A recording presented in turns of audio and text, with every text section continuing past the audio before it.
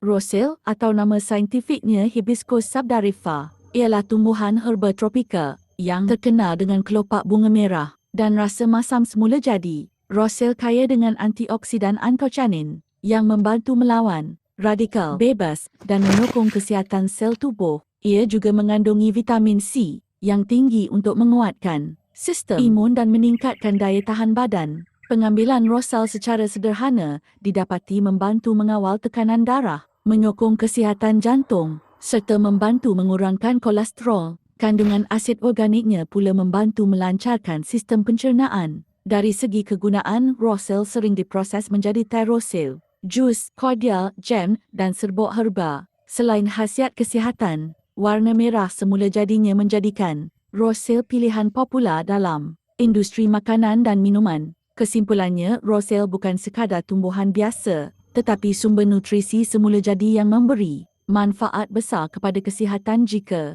diamalkan secara konsisten.